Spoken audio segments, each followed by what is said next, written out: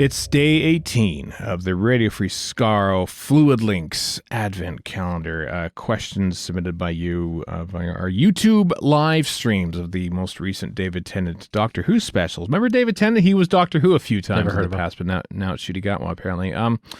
Today's question is this. It comes from Madeline K. If there was a sitcom spinoff of Retired 14 and Donna, what would be your dream episode? Okay, I have an idea here.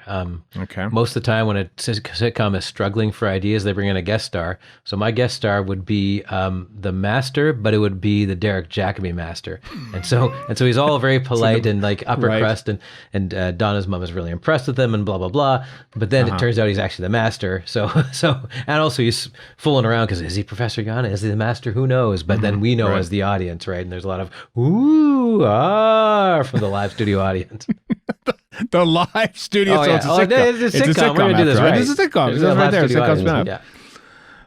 Yeah. Obviously, I mean, let's just put it out there right now. Obviously, we are shooting this multicam in front of a live studio audience. That is, we're not at all thinking of filming this thing. All right. With crappy paintings for establishing shots where they go from scene to scene. do do do do do. And it goes to the next scene. Yeah. Whatever it ends up being, it's got to be some like super duper classic tropey thing. So like the first thing comes to my mind is one of them inviting their boss over for supper and everything going wrong. Right. So the doctor's not going to be working, so that means inviting Kate Lethbridge Stewart over. Right. As Donna's boss, right? Right. But then like they know each other, like they already know each other. I feel like that isn't gonna bring up anything. It's also perilously close to WandaVision. I know what he wants. Well, that's because that was. I know. Super like tropey. Yeah, absolutely. Yeah.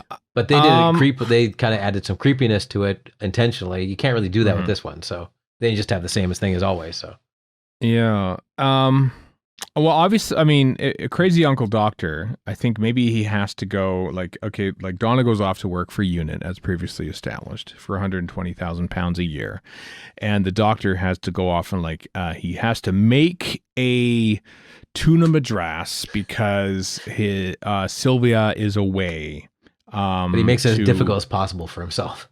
And so he has to where do I find the ingredients for tuna madras? And he reads the recipe and they're going, well, wait a second, where do I get this? Tomatoes. And you think, I know, I'll go to Italy to get those in the 16th century because those are the best tomatoes. And he used the TARDIS to go off and get various different bits, and every time he comes back, he comes out of the kitchen and says, what else do you need like that? And then he keeps running back and going in and getting into hijinks. Meanwhile, Donna is just oblivious to everything. And he keeps running into historical figures who we make fun of course.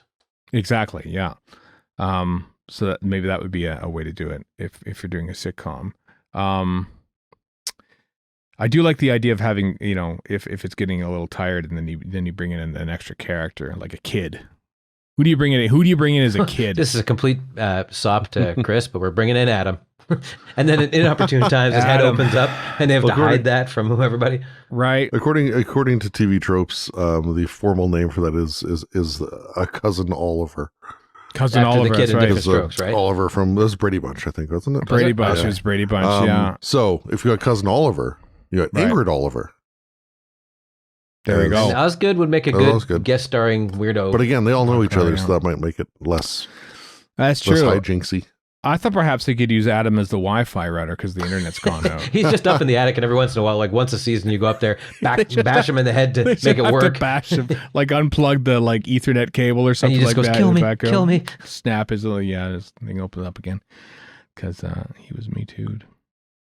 Apparently, there's one trope called funny flashback haircut. Well, that's Tennant in a nutshell. Exactly. Tennant could have normal hair. Just normal, parted down the side and just sort of plastered down. A little spit curl, perhaps. I don't know, but right, past David Tennant episode hair, 1994, Casanova hair. Oh, I love it. I actually had the same hair in there too. I think. Okay, there's a good trope one. Two-timer date. A character runs back and forth from one date to another. Oh yes, that old chestnut. So that kind of goes in, and he will be using the TARDIS to do it as well. So he basically thinks, I'm going to surprise Donna for her birthday, but I do not remember what she likes. But she did tell me 15 years ago. And so he says, oh, I know what you like for your birthday. This kind of ties in with my tuna madras recipe thing. And he's sort of like jumping back in time and like trying to initiate a conversation with her in 2008 about like, what are you talking about this for some strange reason? Oh, no reason. Then he has to keep popping back. But then he accidentally brings Sylvia, who's also back there. And then there's two Sylvias now, and they're running about and everything. And then Wilf is there as well. And Wilf is going, what has I been in here the whole time? And there's like three Wilfs and two Sylvias and Donna. And all she wants really is just like a new spatula or something like that. And the Doctor completely gets it wrong, and hijinks ensue live in front of a studio audience.